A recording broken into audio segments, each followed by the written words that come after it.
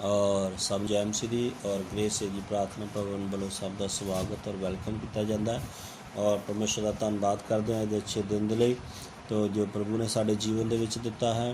तो आइए असी परमेश्वर के पवित्र हजूरी में प्रभु की आराधना की है। हुण परमेश्वर का पवित्र वचन सुन रहे थे, हुण सुनने वास्ते और भी प्रभु के पवित्र वचन सुनने वास्ते जावांगे और मेरे नाल जल्दी जल्दी कढ़िए जबूरां की पोथी उसका 119 जबूर और उसकी 60 वचन 119 जबूर उसका 60 वचन जल्दी पढ़ दीजिए ताकि असी परमेश्वर के वचन को कुछ समय लिए सीख सकीए। 119 की 60 जबूर 119 60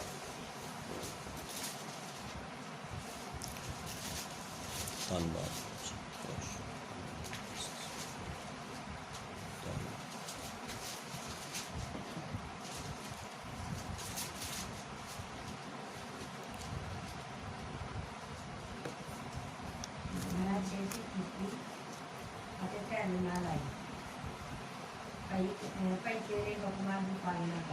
हाँ इस इत्थे प्रभु के वचन च पढ़ते हाँ। इत्थे लिखा प्रभु का बंदा कहता मैं छेती की तो ढिल ना लाई पाई तेरे हुक्मां की करा पालना करा। इहदा मतलब कि परमेश्वर का बंदा इत्थे कहता मैं छेती की कादे वास्ते कि तेरे हुक्मां की पालना करा। हालेलुया। अज आपां बहुत सारे कामां वास्ते छेती करते हैं जल्दी करते हैं पर प्रभु के हुक्म नूं पूरा करने लई प्रभु के वचन नूं पूरा करने के लिए आपां कहते चलो कोई गल नहीं हाले किहड़ा है ना हाले समा होया है ना जां पर प्रभु के वचन नूं पूरा करने के लिए आपां की करते हैं ढिल लाउने आ। पर जदों असीं प्रभु के वचन नूं पूरा करने दे विच ढिल नहीं लाउंदे ते सचमुच परमेश्वर भी सानूं बरकत देन लगे कदी भी ढिल नहीं करदा। परमेश्वर भी नहीं ढिल करूगा क्योंकि वचन च लिखा अगर तुसी मेरे नेड़े आओगे तो मैं भी तुहाडे नेड़े आवांगा। तो नेड़े आउण दा मतलब की आ ये नहीं आ भी एवें जाके तो बह जाना वो नहीं है नेड़े आउण दा। नेड़े आउण दा मतलब परमेश्वर के हुक्मां नूं मनना परमेश्वर के वचन नूं मनना परमेश्वर का वचन जो सानूं कहंदा उहदे मुताबक चलना। तो आइए असीं प्रभु का वचन मैं दसना चाहुंदा कई बारी असीं विश्वासी हुंदे होए असीं कई गल्लां इस तरह दियां कर जाने जिहड़ा सानूं पता ही नहीं हुंदा संसार दे विच दुनिया विच रल के पर वो की आ वो साडे जीवन दे विच की लैके आउंदियां शराफ नूं लैके आउंदियां लानत नूं लैके आउंदियां गरीबी नूं लैके आउंदियां थोड़ नूं लैके आउंदियां। तो आइए एक वचन मेरे नाल पढ़िए। उस तो पहला व्यवस्था सार की किताब उसका 18वां अध्याय। तो ये 18 अध्याय तुसी घर जाके सारा भी पढ़ सकते हैं और उसका 18 अध्याय उसके 9वें वचन तो पढ़ांगे। व्यवस्था सार 18 अध्याय उसके 9वें वचन तो पढ़ना शुरू करिए। जद तुसी उस देश विच आओ जिहड़ा यहोवा तुहाडा परमेश्वर तुहानूं देण वाला है तां तुसी इन्हां कौमां दे घिनौणे कम्मां वांगू करना ना सिखियो। हाँ इत्थे प्रभु का वचन की कहंदा परमेश्वर के हुक्म की आ कहंदा जिहड़ा देश मैं तुहानूं दऊँगा जिथे तुहानूं मैं रखूँगा जिस अवस्था विच जो तुसी आज़ाद हो जाओगे शांति तुहाडे जीवन च आ जाएगी परमेश्वर तुहानूं मिल जाएगा।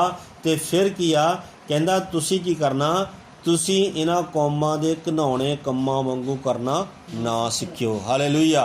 अज की आ अज जिहड़े आ मसीह लोग आ विश्वासी लोग आ प्रभु के वचन नूं मनण वाले लोग आ अज भी की करदे आ दूसरे लोगों की नकल करदे आ दूसरे लोग जिद्दां चलदे आ वो करन दी कोशिश करदे आ पर प्रभु का वचन की कहंदा इत्थे सारा कुछ ये चीज़ां दी असी दूसरियां वर्गे नहीं बनना दूसरियां दी नकल असी नहीं करनी। तो आपां देखदे कई चीज़ां दी नकल जिहड़ी आ अज लोग करदे आ कई खाण पीण की नकल करते आ कई कपड़े पाउण की नकल करते आ पर कुछ इदां दी चीज़ां आ जिहड़ियां असी अज भी लोग जिहड़े उहदी नकल करते। हाँ जी पढ़ो।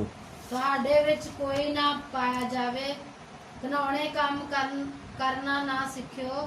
तुहाडे विच कोई ना पाया जावे जिहड़ा अपने पुत्तर जां अपनी धी नूं अग दे विच दी लंघावे जां कोई फाल पाउण वाला मूरत वेखण वाला मंत्री जां जादूगर झाड़ा फूकी करन वाला जिन्हां तो पुछां लैण वाला ਦਿਓਤਿਆਂ ਦਾ ਜ਼ਾਰ ਜਾਂ ਭੂਤਨਿਆਂ ਦੇ ਕੱਢਣ ਵਾਲਾ ਦਿਵਾਂ ਦਾ ਜ਼ਾਰ ਜਾਂ ਭੂਤਨਿਆਂ ਦਾ ਕੱਢਣ ਵਾਲਾ ਕਿਉਂ ਜੋ ਜਿਹੜਾ ਇਹ ਕੰਮ ਕਰੇ ਉਹ ਯਹੋਵਾ ਅੱਗੇ ਘਿਨਾਉਣਾ ਹੈ ਅਤੇ ਇਹਨਾਂ ਘਿਨਾਉਣੇ ਕੰਮਾਂ ਦੇ ਕਾਰਨ ਯਹੋਵਾ ਤੁਹਾਡਾ ਪਰਮੇਸ਼ਰ ਉਹਨਾਂ ਨੂੰ ਤੁਹਾਡੇ ਅੱਗੋਂ ਕੱਢਣ ਵਾਲਾ ਹੈ। ਤੁਸੀਂ ਯਹੋਵਾ ਆਪਣੇ ਪਰਮੇਸ਼ਰ ਦੇ ਅੱਗੇ ਸੰਪੂਰਨ ਹੋਵੋ, ਕਿਉਂ ਜੋ ਇਹ ਕੰਮਾਂ ਜਿਨ੍ਹਾਂ ਨੂੰ ਤੁਸੀਂ ਕੱਢਣ ਲੱਗੇ ਹੋ ਮਹੂਰਤ ਵੇਖਣ ਵਾਲਿਆਂ ਦੀ ਅਤੇ ਫਾਲ ਪਾਉਣ ਵਾਲਿਆਂ ਦੀ ਸੁਣਦੀਆਂ ਹਨ, ਪਰ ਯਹੋਵਾ ਤੁਹਾਡਾ ਪਰਮੇਸ਼ਰ ਤੁਹਾਨੂੰ ਇਉਂ ਕਰਨ ਨਹੀਂ ਦਿੰਦਾ। ਬਸ ਇੱਥੇ ਕੀ ਆ ਲਿਖਿਆ, ਇਹ ਲੋਕ ਜਿਹੜੇ ਆ ਉਹ ਕੀ ਕਰਦੇ ਆ, ਉਹ ਤਾਂ ਉਹਨਾਂ ਲੋਕਾਂ ਦੀ ਗੱਲ ਸੁਣਦੇ ਆ, ਹਨਾ, ਮੂਰਤ ਵਿਖਾਉਣ ਵਾਲਿਆਂ ਦੀ ਜਾਂ ਫਾਲ ਪਾਉਣ ਵਾਲਿਆਂ ਦੀ ਜਾਂ ਕੁਛ ਕੱਢਣ ਵਾਲਿਆਂ ਦੀ, ਉਹਨਾਂ ਦੀ ਗੱਲ ਸੁਣ ਕੇ ਚੱਲਦੇ ਆ। ਪ੍ਰਭੂ ਕਹਿੰਦਾ ਪਰ ਤੁਸੀਂ ਨਹੀਂ ਕਰਨਾ ਇੱਦਾਂ। ਵਿਸ਼ਵਾਸੀਆਂ ਨੂੰ, ਮਸੀਹ ਲੋਕ ਜਿਹੜੇ ਪ੍ਰਭੂ ਦੇ ਵਚਨ ਨੂੰ ਸੁਣਦੇ ਆ, ਆਰਾਧਨਾ ਕਰਦੇ ਆ, ਪ੍ਰਭੂ ਦੇ ਵਚਨ ਦੇ ਉੱਤੇ ਖੜੇ ਆ, ਉਹ ਪ੍ਰਭੂ ਕਹਿੰਦਾ ਤੁਸੀਂ ਇੱਦਾਂ ਕਰਨਾ ਨਹੀਂ ਆ, ਕਿਉਂਕਿ ਇਹ ਕੰਮ ਪਰਮੇਸ਼ਰ ਦੇ ਅੱਗੇ ਕੀ ਆ ਜੀ, ਘਿਨਾਉਣੇ ਆ। ਘਿਨਾਉਣੇ ਦਾ ਮਤਲਬ ਬਹੁਤ ਹੀ ਬੁਰੇ ਆ। ਤੇ ਪਰਮੇਸ਼ਰ ਜਿਹੜੇ ਕੰਮ ਬੁਰੇ ਹੋਣਗੇ ਪਰਮੇਸ਼ਰ ਦੇ ਅੱਗੇ, ਤੇ ਆਪਾਂ ਫਿਰ ਉਹ ਕੰਮ ਕਰਕੇ ਪਰਮੇਸ਼ਰ ਦੇ ਅੱਗੇ ਜਾਵਾਂਗੇ ਤਾਂ ਖੁਸ਼ ਹੋਊਗਾ ਪਰਮੇਸ਼ਰ, ਸਾਡੇ ਤੋਂ ਖੁਸ਼ ਹੋਊਗਾ ਉਹ ਕੰਮ ਕਰਕੇ? ਨਹੀਂ ਖੁਸ਼ ਹੋਊਗਾ ਪਰਮੇਸ਼ਰ ਕਦੀ ਵੀ, ਕਿਉਂਕਿ ਪਰਮੇਸ਼ਰ ਦਾ ਵਚਨ ਜਿਹੜੇ ਲੋਕ ਮੰਨਦੇ ਆ, ਵਚਨ ਦੇ ਉੱਤੇ ਜਿਹੜੇ ਲੋਕ ਖਲੋਤੇ ਆ, ਜਿਹੜੇ ਲੋਕ ਵਚਨ ਦੇ ਅਨੁਸਾਰ ਚੱਲਦੇ ਆ। ਅੱਜ ਆਪਾਂ ਦੇਖਦੇ ਆ ਲੋਕ ਕੁਛ ਵੀ ਕਈ ਕੰਮ ਕਰਦੇ ਆ ਤੇ ਉਹ ਕੀ ਕਹਿੰਦੇ, ਪਹਿਲਾਂ ਆਪਾਂ ਕੀ ਦੇਖ ਲਈਏ, ਮਹੂਰਤ ਤਾਂ ਦੇਖ ਲਈਏ ਵੀ ਕੰਮ ਹੋਣਾ ਕਿ ਨਹੀਂ ਹੋਣਾ, ਹੈ ਨਾ, ਵੀ ਇਹ ਇੱਦਾਂ ਆਪਾਂ ਕਰ ਸਕਦੇ ਕਿ ਨਹੀਂ ਕਰ ਸਕਦੇ। ਪਰ ਪਰਮੇਸ਼ਰ ਕਹਿੰਦਾ ਦਿਨ ਵੀ ਮੇਰੇ ਆ, ਸਮੇਂ ਵੀ ਮੇਰੇ ਆ, ਸਭ ਕੁਝ ਮੇਰਾ ਹੈ, ਪਰ ਤੁਸੀਂ ਕਿਸੇ ਗੱਲ ਦੀ ਵੀ ਟੈਨਸ਼ਨ ਨਹੀਂ ਲੈਣੀ। ਪਰ ਦੁਨੀਆ ਦੇ ਲੋਕ ਕੀ ਕਰਦੇ ਆ, ਅੱਜ ਹਰੇਕ ਚੀਜ਼ ਦੇ ਉੱਪਰ ਦੇਖੋ, ਕਈ ਲੋਕ ਅਖਬਾਰ ਪੜ੍ਹਦੇ ਆ, ਅਤੇ ਤੁਹਾਨੂੰ ਪਤਾ ਕਈ ਲੋਕ ਅਖਬਾਰ ਪੜ੍ਹਦੇ ਆ ਪਰ ਉਹਦਾ ਟੀਚਾ ਨਿਸ਼ਾਨਾ ਕੀ ਹੁੰਦਾ, ਅਖਬਾਰ ਦੇ ਉੱਪਰ ਕੁਛ ਚੀਜ਼ਾਂ ਹੁੰਦੀਆਂ ਆ, ਅਖਬਾਰ ਦੇ ਉੱਪਰ ਉਹੀ ਦੇਖਦੇ ਆ ਉਹ ਵੀ ਮੇਰੀ ਰਾਸ਼ੀ ਕਿਹੜੀ ਅੱਜ ਮੇਰੇ ਨਾਲ ਕੀ ਹੋਣ ਵਾਲਾ, ਅੱਜ ਮੇਰਾ ਐਕਸੀਡੈਂਟ ਤਾਂ ਨਹੀਂ ਹੋਣ ਵਾਲਾ, ਕਿਤੇ ਮੈਂ ਮਰ ਤਾਂ ਨਹੀਂ ਜਾਣਾ, ਅਤੇ ਉਹ ਚੀਜ਼ਾਂ ਅੱਜ ਮੈਨੂੰ ਕੀ ਮਿਲਣ ਵਾਲਾ। ਇੱਦਾਂ ਦੀਆਂ ਚੀਜ਼ਾਂ ਉੱਤੇ ਵਿਸ਼ਵਾਸ ਜਿਹੜੇ ਲੋਕ ਰੱਖਦੇ ਆ, ਜਿਹੜੇ ਇੱਦਾਂ ਦੇ ਕੰਮ ਕਰਦੇ ਆ, ਪਰਮੇਸ਼ਵਰ ਕਹਿੰਦਾ ਉਹਨਾਂ ਦਾ ਮੇਰੇ ਨਾਲ ਕੋਈ ਵੀ ਸੰਬੰਧ ਜਾਂ ਰਿਸ਼ਤਾ ਨਹੀਂ ਆ, ਕਿਉਂਕਿ ਉਹ ਪਰਮੇਸ਼ਵਰ ਦੇ ਅੱਗੇ ਕੀ ਆ ਜੀ, ਘਿਨਾਉਣੇ ਆ, ਬਹੁਤ ਖਰਾਬ ਆ। ਇਸ ਕਰਕੇ ਪ੍ਰਭੂ ਦਾ ਵਚਨ ਦੱਸਦਾ ਕਿ ਜਿਹੜੇ ਵਿਸ਼ਵਾਸੀ ਲੋਕ ਆ, ਪਰਮੇਸ਼ਰ ਦੇ ਚੁਣੇ ਹੋਏ ਲੋਕ ਆ, ਉਹਨਾਂ ਨੂੰ ਇਹ ਕੌਮਾਂ ਦੇ ਕੰਮ ਜਿਹੜੇ ਆ ਕਦੇ ਵੀ ਕਰਨੇ ਨਹੀਂ ਆ, ਕਦੇ ਵੀ ਇੱਦਾਂ ਦੇ। ਉੱਥੇ ਸਾਰਾ ਇਕੱਲਾ ਲਿਖਿਆ, ਕਿਉਂਕਿ ਪਹਿਲਾਂ ਕੀ ਕਰਦੇ ਸੀ ਲੋਕ, ਆਪਣੇ ਪੁੱਤਰਾਂ ਜਾਂ ਧੀਆਂ ਨੂੰ ਕੀ ਕਰਦੇ ਸੀਗੇ, ਅੱਗ ਦੇ ਵਿੱਚ ਦੀ ਲਗਾਉਂਦੇ ਸੀਗੇ। ਸ਼ਾਇਦ ਤੁਹਾਨੂੰ ਕੋਈ ਯਾਦ ਹੋਵੇ ਕਿਸੇ ਦੀ ਹਿਸਟਰੀ, ਕਿਸੇ ਨੂੰ ਲਗਾਇਆ ਹੋਵੇ ਅੱਗ ਵਿੱਚ ਦੀ। ਅੱਜ ਵੀ ਉਹ ਲੋਕ ਮਨੌਤਾਂ ਹੁੰਦੀਆਂ ਹੈ ਨਾ ਉਹਨਾਂ ਦੀਆਂ, ਅਤੇ ਉਹ ਉਹਨਾਂ ਚੀਜ਼ਾਂ ਨੂੰ ਮੰਨਦੇ ਆ, ਹੈ ਨਾ। ਜਿੱਦਾਂ ਮੰਨ ਲਓ ਕਿ ਕਿਸੇ ਨੇ ਲੋਹੜੀ ਹੋ ਗਈ, ਦੀਵਾਲੀ ਹੋ ਗਈ, ਜਾਂ ਇੱਦਾਂ ਦੀਆਂ ਚੀਜ਼ਾਂ ਬਣਾ ਲੈਂਦੇ ਹੈ ਨਾ, ਅਤੇ ਅੱਗ ਲਾਉਂਦੇ ਆ। ਉਹਦਾ ਕੋਈ ਇਤਿਹਾਸ ਤਾਂ ਹੈ ਨਹੀਂ ਗਾ, ਪਰ ਉਹ ਇੱਦਾਂ ਦੀਆਂ ਚੀਜ਼ਾਂ ਬਣਾ ਲਈਆਂ ਜਿਹੜੇ ਅੱਜ ਵੀ ਲੋਕ ਕੀ ਕਰੀ ਜਾਂਦੇ, ਉਹਦੀਆਂ ਮਨੌਤਾਂ ਕਰੀ ਜਾਂਦੇ ਆ, ਅਤੇ ਦੁਸ਼ਟ ਆਤਮਾ ਨੂੰ ਆਪਣੇ ਘਰ ਵਿੱਚ ਲਈ ਆਉਂਦੇ ਆ। ਪਰ ਕੀ ਆ, ਵਿਸ਼ਵਾਸੀ ਲੋਕਾਂ ਦੇ ਲਈ, ਪਰਮੇਸ਼ਰ ਦੇ ਲੋਕਾਂ ਦੇ ਲਈ ਇਹ ਆ ਕਿ ਪਰਮੇਸ਼ਰ ਕਹਿੰਦਾ ਇੱਦਾਂ ਦੇ ਕੰਮ ਕਰਨ ਵਾਲੇ ਮੇਰੇ ਸਾਹਮਣੇ ਕੀ ਆ, ਘਿਨਾਉਣੇ ਆ। ਉਹ ਅਸੀਂ ਇੱਦਾਂ ਦੇ ਕੰਮ ਨਹੀਂ ਕਰਨੇ, ਅਸੀਂ ਇਹਨਾਂ ਤੋਂ ਕੀ ਕਰਨਾ, ਬਚਣਾ ਆ, ਦੌੜਨਾ ਇਹਨਾਂ ਤੋਂ, ਕਿਉਂਕਿ ਅਸੀਂ ਪਰਮੇਸ਼ਰ ਤੋਂ, ਸਾਡਾ ਪਰਮੇਸ਼ਰ ਸਾਨੂੰ ਸਭ ਕੁਝ ਦੱਸ ਦਿੰਦਾ। ਹਾਲੇਲੂਇਆ। ਕਿ ਜਿਸ ਪਰਮੇਸ਼ਰ ਨੇ ਆਕਾਸ਼ ਬਣਾਇਆ, ਧਰਤੀ ਬਣਾਈ, ਉਹਦੇ ਕੋਲ ਕੁਛ ਲੁਕਿਆ ਹੈਗਾ? ਜਿਸ ਪਰਮੇਸ਼ਰ ਨੇ ਸਾਰਾ ਕੁਝ ਬਣਾਇਆ ਉਹਦੇ ਕੋਲ ਕੋਈ ਗੱਲ ਲੁਕੀ ਹੋਈ ਹੈਗੀ ਆ?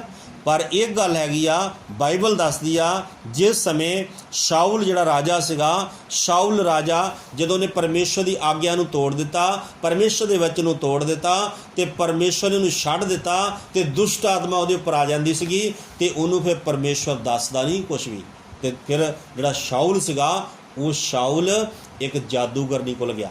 ਪਰ ਪਹਿਲਾਂ ਸ਼ਾਉਲ ਪਰਮੇਸ਼ਰ ਦਾ ਬੰਦਾ ਸੀਗਾ, ਪਰਮੇਸ਼ਰ ਦੇ ਡਰ 'ਚ ਚੱਲਦਾ ਸੀ, ਇੱਕ ਰਾਜਾ ਸੀ, ਅਤੇ ਉਹਨੇ ਕੀ ਕਰ ਦਿੱਤਾ, ਪਰਮੇਸ਼ਰ ਨੇ ਜਿੱਦਾਂ ਕਿਹਾ ਸੀ, ਉਹਨੇ ਜਿੰਨੇ ਦੇਸ਼ ਦੇ ਅੰਦਰ ਜਾਦੂਗਰ ਸੀ ਸਾਰੇ ਮਰਵਾ ਦਿੱਤੇ, ਅਤੇ ਕੁਛ ਲੋਕ ਲੁਕ ਕੇ ਬੈਠੇ ਹੋਏ ਸੀਗੇ।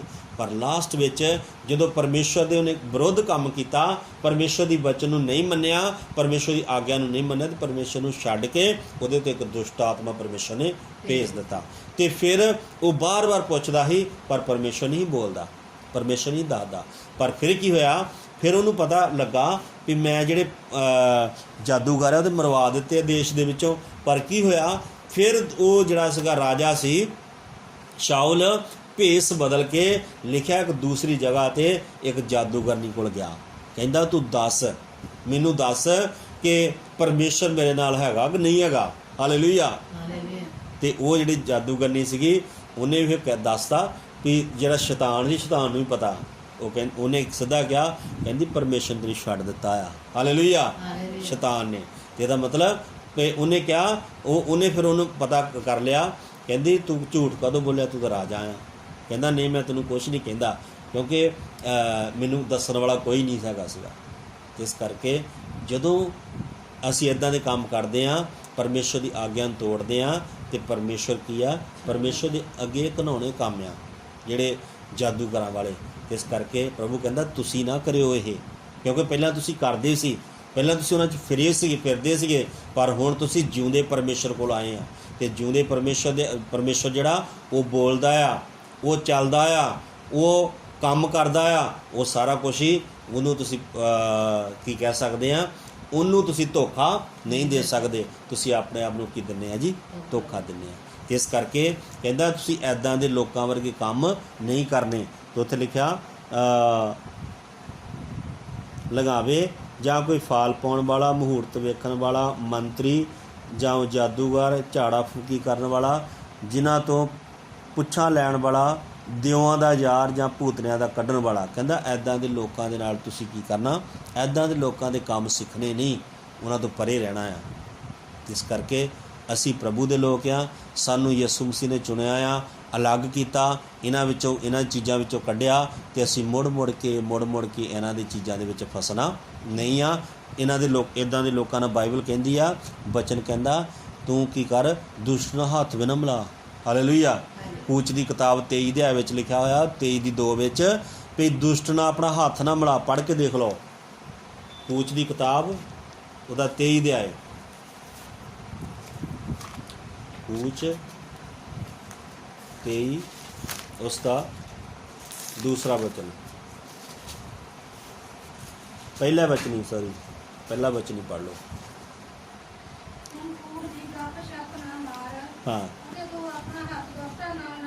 ਹਾਂ, ਇੱਥੇ ਵਚਨ ਕਹਿੰਦਾ ਤੂੰ ਕੂੜ ਦੀ ਗੱਪ ਛੱਪ ਨਾ ਮਾਰ ਤੇ ਨਾ ਦੁਸ਼ਟ ਨਾਲ ਆਪਣਾ ਹੱਥ ਹੀ ਮਿਲਾ। ਦੇਖੋ ਪ੍ਰਭੂ ਦੇ ਜਿਹੜੇ ਹੁਕਮ ਆ ਉਹ ਕਿੰਨੇ ਭਲੇ ਆ ਸਾਡੇ ਵਾਸਤੇ। ਅੱਜ ਕੀ ਆ, ਲੋਕਾਂ ਦੇ ਕੋਲ ਗੱਪਾਂ ਮਾਰਨ ਵਾਸਤੇ, ਕੂੜ ਦੀਆਂ ਗੱਪਾਂ ਮਾਰਨ ਵਾਸਤੇ ਟਾਈਮ ਹੈਗਾ, ਪਰ ਪ੍ਰਭੂ ਦੀ ਗੱਲ ਕਰਨ ਵਾਸਤੇ ਸਮਾਂ ਨਹੀਂ ਹੈਗਾ। ਭਗਤੀ ਕਰਨ ਵਾਸਤੇ ਸਮਾਂ ਨਹੀਂ ਹੈਗਾ। ਪਰਮੇਸ਼ਰ ਦੀ ਹਜ਼ੂਰੀ ਵਿੱਚ ਬੈਠਣ ਵਾਸਤੇ ਸਮਾਂ ਨਹੀਂ ਹੈਗਾ। ਅਤੇ ਇੱਥੇ ਕੀ ਬਚਨ ਕਹਿੰਦਾ, ਤੂੰ ਕੀ ਕਰ, ਕੂੜ ਦੀ ਗੱਪ ਛੱਪ ਨਾ ਮਾਰ ਅਤੇ ਤੂੰ ਆਪਣਾ ਹੱਥ ਦੁਸ਼ਟ ਨਾਲ ਨਾ ਮਿਲਾ, ਕਿ ਤੂੰ ਧਰਮ ਦਾ ਗਵਾਹ ਹੋਵੇਂ। ਹਾਲੇਲੂਇਆ। ਮੰਨ ਲਓ ਗਵਾਹ ਕਿੱਦਾਂ ਹੋਵੇਂ, ਮੰਨ ਲਓ ਜੀ ਆਪਾਂ ਕੁਛ ਕਈ ਵਾਰੀ ਬੀਬੀਆਂ ਇਕੱਠੀਆਂ ਹੋ ਜਾਂਦੀਆਂ ਜਾਂ ਬੰਦੇ ਇਕੱਠੇ ਹੋ ਜਾਂਦੇ ਆ ਨਾ, ਬਹਿ ਜਾਂਦੇ ਆ, ਅਤੇ ਵਿੱਚ 4-5 ਤੇ ਬੈਠੇ ਹੋਣਗੇ, ਗੱਲਾਂ ਬਾਤਾਂ ਕਰਦੇ ਹੋਣਗੇ, ਇੱਕ ਭਲਾ ਮਾਨਸ ਜਾ ਕੇ ਵਿੱਚ ਖੜਾ ਹੋ ਗਿਆ, ਮੰਨ ਲਓ ਵਿਸ਼ਵਾਸੀ ਖੜਾ ਹੋ ਗਿਆ ਜਾ ਕੇ, ਅਤੇ ਉਹ ਤਾਂ ਉੱਦਾਂ ਦੇ ਹੈਗੇ ਹੀ ਆ, ਅਤੇ ਉਹਨਾਂ ਨੇ ਆਪਣੀਆਂ ਗੱਲਾਂ ਕਰਦੇ ਲੈ ਕਹਿਣਾ ਆ ਵੀ ਤਾਂ ਇੱਥੇ ਹੀ ਸੀ, ਇਹਨੂੰ ਪੁੱਛ ਲਓ। ਅਤੇ ਕੌਣ ਫਸ ਗਿਆ? ਅਤੇ ਬਚਨ 'ਚ ਲਿਖਿਆ ਤੂੰ ਧਰਮ ਦਾ ਕੀ ਨਾ ਬਣ, ਗਵਾਹ ਬਣ ਜਾਏ। ਅਤੇ ਫਿਰ ਕੀ ਦੱਸਣਾ ਪੈਣਾ, ਹਾਂ ਮੈਂ ਇੱਥੇ ਹੈਗਾ ਸੀ ਪਰ ਮੈਨੂੰ ਪਤਾ ਨਹੀਂ, ਹੈ ਨਾ। ਫਿਰ ਇਹੀ ਕਹਿਣਾ ਪੈਣਾ ਮੈਂ ਆਇਆ ਤਾਂ ਸੀ, ਇਹਨਾਂ ਵਿੱਚ ਹੈਗਾ ਤਾਂ ਸੀ, ਪਰ ਮੈਨੂੰ ਪਤਾ ਨਹੀਂ ਸੀ, ਇਹ ਇਹਨਾਂ ਦੀਆਂ ਆਪਣੀਆਂ ਗੱਲਾਂ ਆ। ਇਹਦਾ ਮਤਲਬ ਉਹ ਕੀ ਕਰ ਲੈਂਦੇ, ਖਿੱਚ ਕੇ ਉਹਨੂੰ ਗਵਾਹ ਬਣਾ ਲੈਂਦੇ। ਅਤੇ ਬਚਨ ਕਹਿੰਦਾ ਤੂੰ ਕੂੜ ਦੀ ਗੱਪ ਛੱਪ ਨਾ ਮਾਰ ਅਤੇ ਦੁਸ਼ਟ ਨਾਲ ਆਪਣਾ ਹੱਥ ਵੀ ਨਾ ਮਿਲਾ।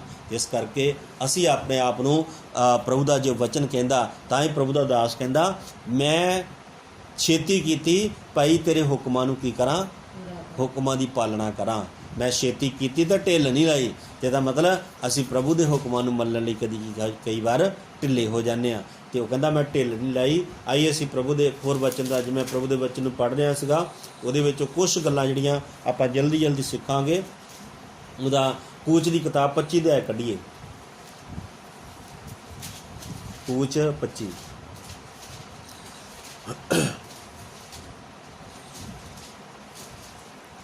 ਉਹਦਾ ਪਹਿਲਾ ਵਚਨ ਹੀ ਪੜ੍ਹ ਦਈਏ, ਪਹਿਲਾ ਔਰ ਦੂਸਰਾ। ਯਹੋਵਾ ਨੇ ਮੂਸਾ ਨਾਲ ਗੱਲ ਕੀਤੀ ਕਿ ਇਸਰਾਏਲੀਆਂ ਨੂੰ ਫਰਮਾ ਪਈ ਉਹ ਮੇਰੇ ਲਈ ਚੜਾਵਾ ਲਿਆਉਣ।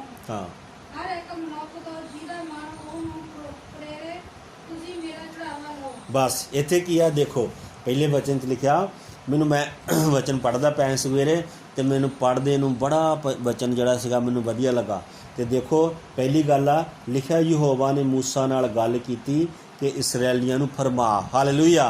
ਇਹਦਾ ਮਤਲਬ परमेश्वर साडा परमेश्वर की है, वो गल्लां करन वाला परमेश्वर आ। हालेलुया। वो जिउंदा परमेश्वर आ, वो मुर्दा परमेश्वर नहीं आ। असीं मुर्दे परमेश्वर की बंदगी नहीं करते, मुर्दे परमेश्वर की आराधना नहीं करते, बल्कि वो परमेश्वर की करदा जी गलबात करदा है। तो कहंदा यहोवा ने मूसा नाल गल कीती कि इसराइलियां नूं फरमा भई वो मेरे लिए चढ़ावा लियाउण। हालेलुया। ਇੱਥੇ ਕੀ ਆ, ਪਰਮੇਸ਼ਰ ਕੀ ਕਹਿੰਦਾ ਜੀ ਆਪਣੇ ਦਾਸ ਨੂੰ ਵੀ ਇਸਰਾਇਲੀਆਂ ਨੂੰ ਕਹਿ, ਮੰਡਲੀ ਨੂੰ ਕਹਿ, ਉਹ ਮੇਰੇ ਵਾਸਤੇ ਕੀ ਲੈ ਕੇ ਆਉਣ, ਚੜਾਵਾ ਲੈ ਕੇ ਆਉਣ। ਹਾਲੇਲੂਇਆ। ਤੇ ਆਪਾਂ ਕੀ ਕਹਿੰਦੇ ਕਈ ਵਾਰੀ, ਜਿਨ੍ਹਾਂ ਨੂੰ ਨਹੀਂ ਇਸ ਗੱਲ ਦਾ ਬਚਨ ਦਾ ਪਤਾ, ਉਹ ਕਹਿੰਦੇ ਲੈ ਰੱਬ ਕਿਹੜਾ ਮੰਗਦਾ ਕੁਛ ਹੈ ਨਾ, ਇਹ ਕਹਿੰਦੇ ਨਾ ਰੱਬ ਕਿਹੜਾ ਮੰਗਦਾ ਕੁਛ। ਤੇ ਇੱਥੇ ਰੱਬ ਮੰਗ ਰਿਹਾ ਕਿ ਨਹੀਂ ਮੰਗ ਰਿਹਾ, ਪਰਮੇਸ਼ਰ ਕਹਿ ਰਿਹਾ ਕਿ ਨਹੀਂ ਕਹਿ ਰਿਹਾ।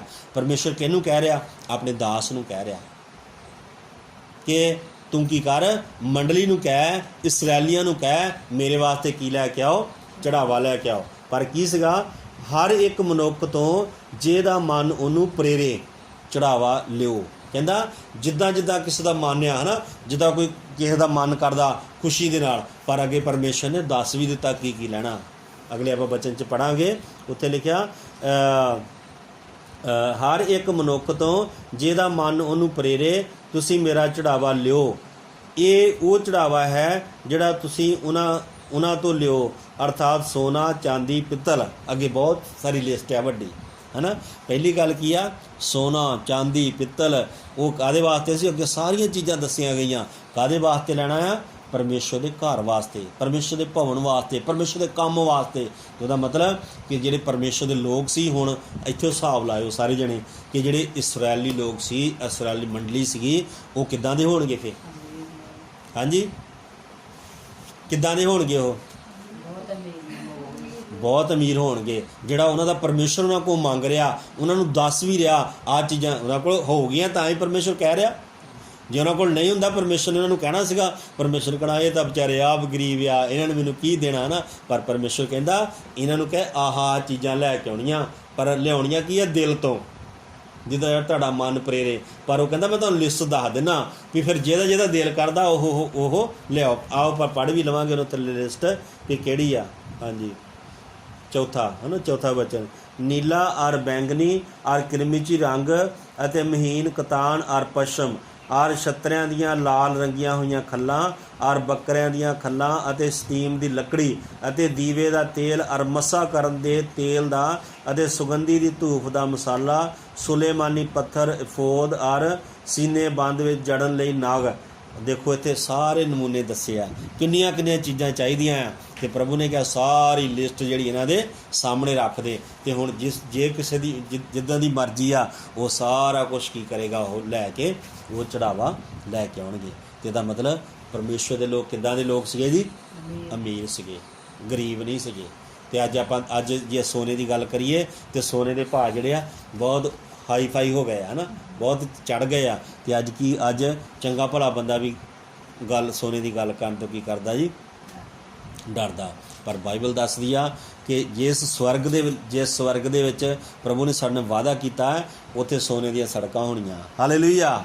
ਉੱਥੇ ਕੀ ਹੋਣਾ ਜੀ, ਸੋਨੇ ਦੀਆਂ ਸੜਕਾਂ ਹੋਣੀਆਂ। ਅਤੇ ਇੱਥੇ ਤਾਂ ਅਸੀਂ ਇੰਨੇ ਸੋਨੇ ਨੂੰ ਤਰਸਦੇ ਹਾਂ, ਅਤੇ ਪਰ ਵਚਨ ਦੱਸਦਾ ਕਿ ਬਾਈਬਲ ਦੱਸਦੀ ਆ ਉੱਥੇ ਤੁਸੀਂ ਸੋਨੇ ਦੀਆਂ ਸੜਕਾਂ ਦੇ ਉੱਤੇ ਫਿਰਨਾ। ਇਹਦਾ ਮਤਲਬ ਅੱਜ ਜਿਹੜਾ ਸੋਨਾ ਬਹੁਤ ਘੁਮੰਡ ਦੇ ਵਿੱਚ ਆ, ਬਹੁਤ ਹੰਕਾਰ ਦੇ ਵਿੱਚ ਆ, ਉਹ ਸੋਨਾ ਇੱਕ ਦਿਨ ਕਿੱਥੇ ਹੋਣਾ, ਸਾਡੇ ਪੈਰਾਂ ਦੇ ਥੱਲੇ ਹੋਣਾ। ਹਾਲੇਲੂਇਆ। ਇਹਦਾ ਮਤਲਬ ਕਿ ਅਸੀਂ ਆਪਣੇ ਆਪ ਨੂੰ ਛੋਟਾ ਕਰਨ ਦੀ ਮਤਲਬ ਆਪਣੇ ਆਪ ਨੂੰ ਪ੍ਰਭੂ ਦੇ ਅੱਗੇ ਅਧੀਨ ਕਰਨ ਦਾ ਮਤਲਬ ਕਿ ਪ੍ਰਭੂ ਦੇ ਹੁਕਮਾਂ ਨੂੰ ਕੀ ਕਰਨਾ, ਅਸੀਂ ਆਪਣੇ ਜੀਵਨ ਦੇ ਵਿੱਚ ਮੰਨਣਾ ਹੈ। ਪ੍ਰਭੂ ਦੇ ਵਚਨਾਂ ਨੂੰ ਆਪਣੀ ਮੰਨਣ ਦੇ ਲਈ ਕੀ ਕਰਨੀ ਹੈ ਜੀ, ਛੇਤੀ ਕਰਨੀ ਆ। ਜਦੋਂ ਅਸੀਂ ਛੇਤੀ ਕਰਦੇ ਹਾਂ ਪ੍ਰਭੂ ਦੇ ਵਚਨ ਨੂੰ ਮੰਨਣ ਦੇ ਲਈ, ਅਤੇ ਪ੍ਰਭੂ ਦੀ ਆਸ਼ੀਸ਼ ਵੀ ਜਿਹੜੀ ਹੈ ਉਹ ਟਾਈਮ ਨਹੀਂ ਲਾਉਂਦੀ ਆਉਣ ਦੇ ਵਿੱਚ। ਪ੍ਰਭੂ ਦੀ ਆਸ਼ੀਸ਼ ਆਪਣੇ ਆਪ ਹੀ ਸਾਡੇ ਮਗਰ ਤੁਰੀ ਰਹਿੰਦੀ ਆ। ਦੇਖੋ, ਮੈਂ ਇੱਕ ਗਵਾਹੀ ਮੈਨੂੰ ਚੇਤੇ ਆਉਂਦੀ ਕਿ ਜਦੋਂ ਮੈਂ ਬਿਮਾਰ ਸੀਗਾ ਨਾ ਜਦੋਂ, ਅਤੇ ਸਾਡੇ ਬੱਚੇ ਛੋਟੇ ਸੀਗੇ, ਅਤੇ ਅਸੀਂ ਕਈ ਵਾਰੀ ਸਾਡੇ ਬੱਚੇ ਕਿ ਰਿਸ਼ਤੇਦਾਰਾਂ ਕੋਲ ਹੁੰਦੇ ਸੀਗੇ ਅਤੇ ਕੋਈ ਲੈ ਜਾਂਦੇ ਸੀਗੇ, ਪਰ ਅਸੀਂ ਉਹਨਾਂ ਨੂੰ ਕਹਿੰਦੇ ਹੁੰਦੇ ਸੀਗੇ ਤਾਂ ਸਾਡੇ ਬੱਚਿਆਂ ਨੂੰ ਰੱਖਿਓ ਜੇ ਚਰਚ ਲੈ ਕੇ ਜਾਣਾ ਤੇ ਫਿਰ ਇੱਕ ਵਾਰੀ ਇਹ ਆ ਗਏ ਉੱਥੋਂ, ਪਿੰਡ ਛੱਡਿਆ ਹੈ ਮਾਈਕਲ ਛੋਟਾ ਸੀਗਾ, ਛੋਟਾ ਨਹੀਂ ਮਤਲਬ ਸੁਰਤ ਸੰਭਾਲੀ ਸੀ, ਇਹਨੂੰ ਇਹ ਛੋਟਾ ਇਹਨੂੰ ਨਾਲ ਲਿਆਏ, ਮਾਈਕਲ ਨੂੰ ਛੱਡ ਆਏ ਉੱਥੇ। ਅਤੇ ਉਹ ਸਾਡੀ ਚਾਚੀ ਚਰਚ ਜਾਂਦੀ ਹੁੰਦੀ ਸੀਗੀ, ਅਤੇ ਉਹ ਕਹਿੰਦੇ ਵੀ ਜੇ ਇੱਥੇ ਰੱਖਣਾ ਹੈ ਨਾ ਫਿਰ ਇਹਨੂੰ ਚਰਚ ਜ਼ਰੂਰ ਲੈ ਕੇ ਜਾਣਾ ਨਾਲ। ਅਤੇ ਉਹ ਚਾਚੀ ਮੇਰੀ ਕਹਿੰਦੀ ਕੋਈ ਨਹੀਂ ਲੈ ਕੇ ਜਾਊਂ। ਅਤੇ ਜਦੋਂ ਨਾ ਉਹ ਲੈ ਗਈ, ਚਰਚ ਲੈ ਗਈ, ਅਤੇ ਕਹਿੰਦੀ ਉਹ ਬਾਅਦ ਦੇ ਵਿੱਚ ਨਾ ਫ਼ੋਨ ਕਰਕੇ ਪੁੱਛਿਆ, ਅਤੇ ਮੇਰੀ ਚਾਚੀ ਕਹਿੰਦੀ ਤੇਰਾ ਮੁੰਡਾ ਤਾਂ ਹਾਲੇਲੂਇਆ ਬੜਾ ਬੋਲਦਾ, ਤਾੜੀਆਂ ਹੀ ਬੜੀਆਂ ਮਾਰਦਾ ਕਹਿੰਦੀ। ਅਤੇ ਮੈਂ ਕਿਹਾ ਵੀ ਇਹ ਸਿਖਾਇਆ ਹੋਇਆ। ਅਤੇ ਕਿਉਂਕਿ ਸਾਡੇ ਬੱਚੇ ਕਦੀ ਵੀ ਬੰਦਗੀ ਤੋਂ ਨਹੀਂ ਹੀ ਰਹੇ, ਕਿਉਂਕਿ ਛੋਟੇ ਹੁੰਦੇ ਵੀ। ਅਤੇ ਬਾਅਦ ਦੇ ਵਿੱਚ ਨਾ ਮੈਂ ਪੁੱਛਿਆ, ਮੈਂ ਕਿਹਾ ਵੀ ਉੱਥੇ ਖਾਣਾ ਬਣਿਆ ਸੀਗਾ ਚਰਚ ਵਿੱਚ, ਅਤੇ ਫਿਰ ਮੈਂ ਗੱਲ ਕੀਤੀ, ਮੈਂ ਕਿਹਾ ਕੀ ਖਾਧਾ? ਕਹਿੰਦਾ ਜਲੇਬੀ ਖਾਧੀ ਸੀ ਉੱਥੇ, ਜਲੇਬੀਆਂ ਉਹਨਾਂ ਨੇ ਜਲੇਬੀਆਂ ਚਰਚ 'ਚ ਬਣਾਈਆਂ ਸੀ, ਕੋਈ ਬਾਹਰੋਂ ਫੋਰਨ ਤੋਂ ਆਇਆ ਹੋਇਆ ਸੀਗਾ। ਸਾਡੇ ਕੁੜੀ ਸੀ ਜਿਹੜੀ, ਉਹਦਾ ਵਿਆਹ ਫੋਰਨਰ ਦੇ ਅੰਗਰੇਜ਼ ਨਾਲ ਹੋਇਆ ਸੀਗਾ। ਅਤੇ ਇਸ ਕਰਕੇ ਅਸੀਂ ਜਿੱਦਾਂ ਦਾ ਆਪਣੇ ਆਦਤ ਬਣਾ ਲਾਂਗੇ ਉੱਦਾਂ ਹੀ ਸਾਡੇ ਬੱਚਿਆਂ ਦੀ ਵੀ, ਸਾਡੀ ਵੀ ਅਤੇ ਸਾਡੇ ਬੱਚਿਆਂ ਦੀ ਆਦਤ ਬਣ ਜਾਊਗੀ। ਇਸ ਕਰਕੇ ਪ੍ਰਭੂ ਦੇ ਹੁਕਮਾਂ ਨੂੰ ਮੰਨਣ ਵਾਸਤੇ ਸਾਨੂੰ ਕੀ ਕਰਨੀ ਚਾਹੀਦੀ ਹੈ ਜੀ? ਛੇਤੀ ਕਰਨੀ ਚਾਹੀਦੀ, ਢਿੱਲ ਕਦੀ ਵੀ ਲਾਉਣੀ ਨਹੀਂ ਚਾਹੀਦੀ। ਅਤੇ ਜਦੋਂ ਅਸੀਂ ਢਿੱਲ ਨਹੀਂ ਲਾਉਂਦੇ ਤਾਂ ਸਾਡੀਆਂ ਬਰਕਤਾਂ ਵੀ, ਸਾਡੀ ਚੰਗਿਆਈ ਵੀ ਢਿੱਲ ਨਹੀਂ ਲਾਉਂਦੀ। ਪਰ ਇੱਥੇ ਆਪਾਂ ਦੇਖ ਸਕਦੇ ਹਾਂ ਪਰਮੇਸ਼ਵਰ ਜਿਹੜਾ ਆ, ਅਤੇ ਪਰਮੇਸ਼ਵਰ ਦੇ ਲੋਕ ਜਿਹੜੇ ਆ ਉਹ ਗਰੀਬ ਨਹੀਂ ਆ, ਉਹ ਕੰਗਾਲ ਨਹੀਂ ਆ, ਬਲਕਿ ਉਹਨਾਂ ਦੇ ਦਿਲ ਬਹੁਤ ਪਰਮੇਸ਼ਵਰ ਦੇ ਲੋਕਾਂ ਦੇ ਵੱਡੇ ਆ। ਅਤੇ ਪਰਮੇਸ਼ਵਰ ਨੇ ਕਿਹਾ ਆ ਕਿ ਇਹਨਾਂ ਨੂੰ ਕਹਿ ਚੜਾਵਾ ਲੈ ਕੇ ਆਓ। ਹਾਲੇਲੂਇਆ। ਕਿਉਂਕਿ ਪਰਮੇਸ਼ਵਰ ਉਹਨੂੰ ਦੇ ਰਿਹਾ ਸੀ, ਹਾਲੇ ਪਰਮੇਸ਼ਵਰ ਨੂੰ ਸਾਰਾ ਕੁਝ ਪਰਮੇਸ਼ਵਰ ਦੇ ਰਿਹਾ ਸੀਗਾ, ਕਿਉਂਕਿ 40 ਸਾਲ ਉਹ ਜੰਗਲ ਵਿੱਚ ਰਹੇ, ਲੇਕਿਨ ਉਹਨੂੰ ਸਮਾਂ ਆ ਗਿਆ ਸੀਗਾ ਸਭ ਕੁਝ ਕਰਨ ਦਾ। ਅਤੇ ਪਰਮੇਸ਼ਵਰ ਨੇ ਕਿਹਾ ਉਹਨਾਂ ਨੂੰ ਕਹਿ ਚੜਾਵਾ ਲੈ ਕੇ ਆਓ, ਹੈ ਨਾ। ਸਾਰੀਆਂ ਲਿਸਟ ਦੇ ਦਿੱਤੀ ਵੀ ਇਹ ਸਾਰਿਆਂ ਦੇ ਅੱਗੇ ਰੱਖ ਦੇ ਵੀ ਜਿੱਦਾਂ ਜਿੱਦਾਂ ਦਾ ਕਿਸੇ ਦਾ ਮਨ ਕਿਸੇ ਨੂੰ ਪ੍ਰੇਰਦਾ ਹੈ ਨਾ, ਜਿੱਦਾਂ ਦੀ ਕਿਸੇ ਦੀ ਮਨ ਦੀ ਪ੍ਰੇਰਨਾ ਹੁੰਦੀ ਆ, ਉਹ ਲੈ ਕੇ ਇਸ ਜਗ੍ਹਾ ਦੇ ਉੱਤੇ ਚੜਾਵਾ ਮੇਰੇ ਵਾਸਤੇ ਆਉਣ।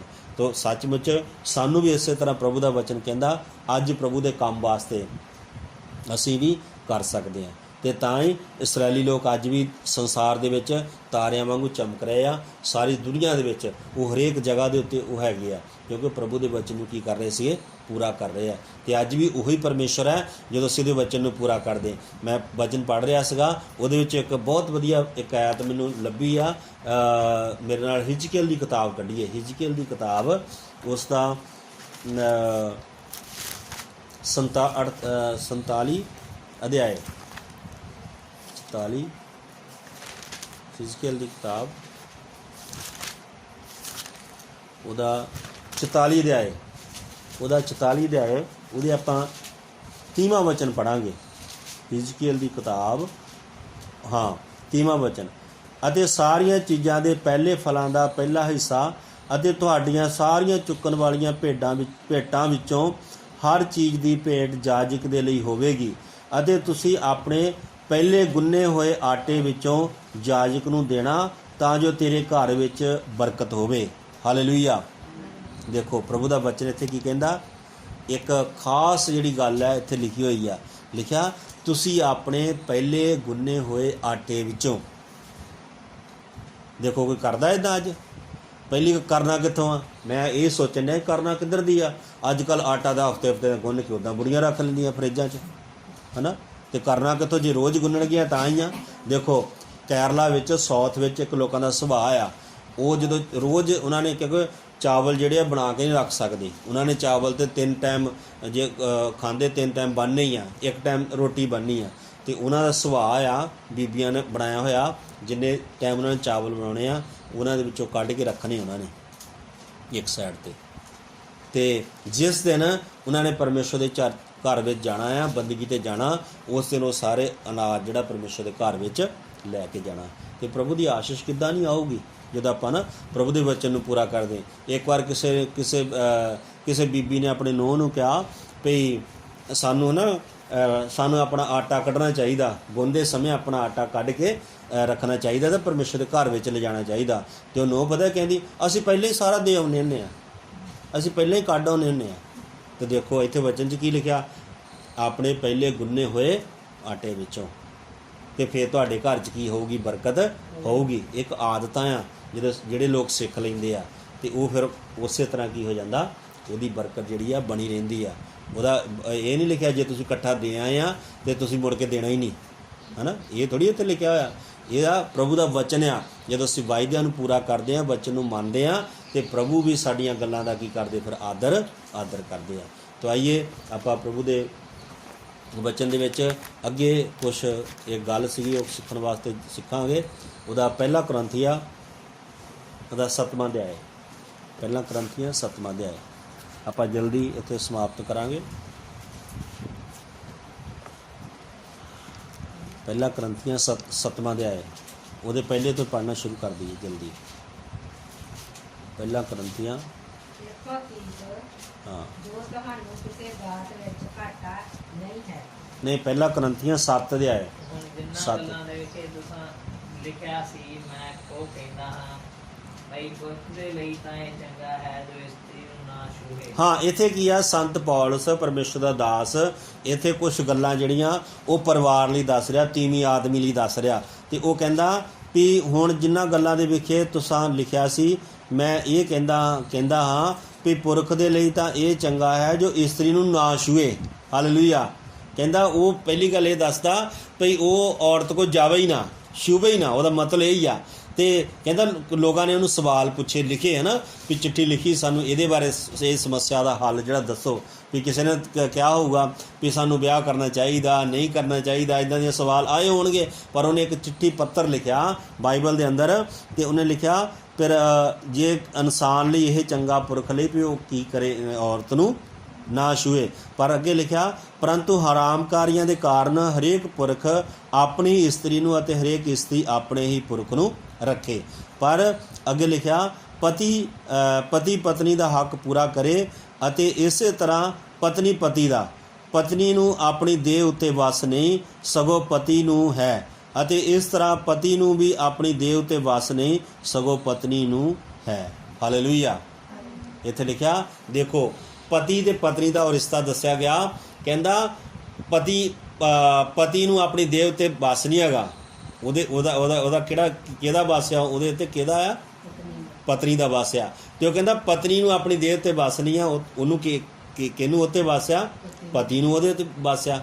ਪਰ ਅੱਜ ਦੇਖੋ ਅੱਜ ਇੱਦਾਂ ਦਾ ਮਾਹੌਲ ਬਣ ਗਿਆ ਕਿ ਨਾ ਦੇ ਪਤਨੀ ਨੂੰ ਆਪਣੇ ਦੇਹ ਦੇ ਉੱਤੇ ਹੈਗਾ ਆ ਬਸ, ਤੇ ਨਾ ਪਤੀ ਨੂੰ, ਉਹਨਾਂ ਦੇ ਹੋਰ ਹੀ ਕਿਸੇ ਦਾ ਵਸ ਆ। ਪਰ ਅੱਗੇ ਵਚਨ 'ਚ ਲਿਖਿਆ ਭਈ ਤੁਸੀਂ ਇੱਕ ਦੂਏ ਤੋਂ ਅੱਡ ਨਾ ਹੋਵੋ ਪਰ ਥੋੜ੍ਹੇ ਚਿਰ ਲਈ, ਔਰ ਇਹ ਵੀ ਤਦ ਜੇ ਦੋਹਾਂ ਧਿਰਾਂ ਦੀ ਸਲਾਹ ਹੋਵੇ ਤਾਂ ਜੋ ਤੁਹਾਨੂੰ ਪ੍ਰਾਰਥਨਾ ਕਰਨ ਲਈ ਬੇਲ ਮਿਲੇ ਅਤੇ ਫਿਰ ਇਕੱਠੇ ਹੋਵੋ ਵੀ ਸ਼ੈਤਾਨ ਤੁਹਾਡੇ ਅਸੰਜਮ ਦੇ ਕਾਰਨ ਤੁਹਾਨੂੰ ਨਾ ਪਰਤਾਵੇ। ਇੱਥੇ ਕੀ ਆ, ਵਚਨ ਦੱਸਦਾ ਆਪਾਂ ਨੂੰ, ਪਰਮੇਸ਼ਰ ਦੀ ਬਾਣੀ ਦੱਸਦੀ ਆ। ਤੇ ਪਰਮੇਸ਼ਰ ਦੀ ਬਾਣੀ ਇਹ ਵੀ ਦੱਸਦੀ ਆ ਜਦੋਂ ਦੋ ਜੋੜਿਆਂ ਨੂੰ ਜੋੜਿਆ ਜਾਂਦਾ, ਉੱਥੇ ਦੱਸਿਆ ਜਾਂਦਾ ਕਿ ਜੇ ਪਰਮੇਸ਼ਰ ਨੇ ਕਿਹਾ ਜਿਨ੍ਹਾਂ ਨੂੰ ਪਰਮੇਸ਼ਰ ਨੇ ਜੋੜ ਦਿੱਤਾ ਉਹਨਾਂ ਨੂੰ ਮਨੁੱਖ ਅੱਡ ਨਾ ਕਰੇ। ਤੇ ਇਹਦਾ ਮਤਲਬ ਕੀ ਆ ਕਿ ਸਿੱਧੀ ਜਿਹੀ ਗੱਲ ਆ ਕਿ ਪਤਨੀ ਨੂੰ ਆਪਣੇ ਸਰੀਰ 'ਤੇ ਵੱਸ ਨਹੀਂ ਆ, ਉਹਦਾ ਪਤੀ ਦਾ ਹੱਕ ਆ ਉਹਦੇ ਉੱਤੇ, ਤੇ ਪਤਨੀ ਨੂੰ ਜਿਹੜਾ ਪਤੀ ਨੂੰ ਆਪਣੇ ਸਰੀਰ 'ਤੇ ਹੱਕ ਨਹੀਂ ਆ, ਉਹਦਾ ਹੱਕ ਜਿਹੜਾ ਪਤਨੀ ਦਾ ਹੱਕ ਆ ਉਹਦੇ ਉੱਤੇ। ਪਰ ਕਹਿੰਦਾ ਤੁਸੀਂ ਇੱਕ ਦੂਸਰੇ ਤੋਂ ਅੱਡ ਨਾ ਹੋਵੋ। ਤੇ ਅੱਜ ਕੀ ਹੁੰਦਾ, ਅੱਜ ਆਡੀ ਹੋਏ ਰਹਿੰਦੇ ਆ ਕਈ, ਹੈ ਨਾ। ਹੱਕ ਕਿਹਨਾਂ ਦਾ ਹੁੰਦਾ, ਨਿਆਣਿਆਂ ਦਾ ਹੱਕ ਹੋ ਜਾਂਦਾ। ਉਹ ਕਹਿੰਦਾ ਪਾਪਾ ਤੂੰ ਇੱਧਰ ਨਹੀਂ ਜਾਣਾ, ਪਾਪਾ ਤੂੰ ਫਲਾਣੇ ਦੇ ਜਾਣਾ, ਬੀਬੀ ਤੂੰ ਨਹੀਂ ਇੱਧਰ ਜਾਣਾ। ਤੇ ਕੀ ਹੋ ਗਿਆ, ਉਹਨਾਂ ਨੂੰ ਕੀ ਕਰਤਾ, ਅੱਡ ਕਰਤਾ। ਪਰ ਵਚਨ ਕਹਿੰਦਾ ਤੁਸੀਂ ਇੱਕ ਦੂਸਰੇ ਤੋਂ ਅੱਡ ਨਾ ਹੋਵੋ। ਇਹ ਪ੍ਰਭੂ ਦਾ ਵਚਨ ਆ। ਆਸ਼ਿਸ਼ ਨਾ ਰਹਿਣ ਦਾ ਕਾਰਨ ਕੀ ਆ, ਆਸ਼ਿਸ਼ ਨਾ ਆਉਣ ਦਾ ਕਾਰਨ ਆ ਅਸੀਂ ਇੱਕ ਦੂਸਰੇ ਤੋਂ ਅੱਡ ਫਿਰਦੇ ਆ। ਪਤੀ ਪਤਨੀ ਅੱਡ ਫਿਰਦੇ ਆ। ਤੇ ਬੱਚਿਆਂ 'ਤੇ ਕਾਹਦਾ ਅਸਰ ਪੈਣਾ, ਉਹਦਾ ਬੱਚਿਆਂ 'ਤੇ ਗਲਤ ਅਸਰ ਪਊਗਾ, ਆਸ਼ਿਸ਼ ਨਹੀਂ ਆਊਗੀ ਉੱਥੇ। ਦੇਖੋ ਬਾਈਬਲ ਦੇ ਵਿੱਚ ਤੁਸੀਂ ਪੜ੍ਹ ਕੇ ਦੇਖ ਲਓ, ਜਿੰਨੇ ਵੀ ਪ੍ਰਭੂ ਦੇ ਦਾਸ ਹੋਏ ਆ ਉਹ ਸਾਰੇ ਇਕੱਠੇ ਰਹੇ ਆ, ਜਿੰਨੇ ਵਿਸ਼ਵਾਸੀ ਹੋਏ ਆ। ਅਬਰਾਹਮ ਤੇ ਉਹਦੀ ਪਤਨੀ ਸਾਰਾ, ਉਹ ਇਕੱਠੇ ਸੀ, ਉਹਨਾਂ ਨੇ ਆਸ਼ਿਸ਼ ਪਾਈ। ਔਲਾਦ ਨਹੀਂ ਸੀ ਪਰ ਫਿਰ ਵੀ ਉਹ ਇਕੱਠੇ ਸੀ। ਪਰ ਅੱਜ ਕੀ ਹੋ ਜਾਂਦਾ, ਅੱਜ ਤਾਂ ਆਪਾਂ ਨੂੰ ਪਤਾ ਜੇ ਕਿਸੇ ਦੇ 2 ਸਾਲ ਔਲਾਦ ਨਾ ਹੋਵੇ ਤਾਂ ਕਹਿੰਦੇ ਹੋਰ ਵਿਆਹ ਕਰ ਦਿਓ। ਪਰ ਨਹੀਂ, ਅਬਰਾਹਮ ਲਿਖਿਆ 75 ਸਾਲ ਦਾ ਸੀ ਜਦੋਂ ਪ੍ਰਭੂ ਦੇ ਪਿੱਛੇ ਚੱਲਿਆ, ਤੇ ਉਦੋਂ ਵੀ ਉਹ ਆਪਣੇ ਪਤੀ ਪਤਨੀ ਇਕੱਠੇ ਸੀ। ਪਰ ਪ੍ਰਭੂ ਨੇ ਉਹ ਇਕੱਠ ਦੇ ਵਿੱਚ ਰਹਿਣ ਦੇ ਨਾਲ ਪ੍ਰਭੂ ਨੇ ਉਹਨਾਂ ਨੂੰ ਆਸ਼ੀਸ਼ ਦਿੱਤੀ। ਕਿ ਅੱਜ ਮੈਂ ਤੁਹਾਨੂੰ ਦੱਸ ਸਕਦਾ ਕਈ ਚੀਜ਼ਾਂ ਕਿ ਅੱਜ ਲੋਕਾਂ ਦੇ ਘਰ ਜੇ ਟੁੱਟੇ ਆ ਤੇ ਇਕੱਲੇ ਇਕੱਲੇ ਹੋਣ ਨਾ ਟੁੱਟੇ ਆ, ਕਿਉਂਕਿ ਘਰ ਵਾਲੀ ਅਲੱਗ ਹੋ ਗਈ, ਘਰ ਵਾਲਾ ਅਲੱਗ ਹੋ ਗਿਆ, ਦੋ ਨਿਆਣੇ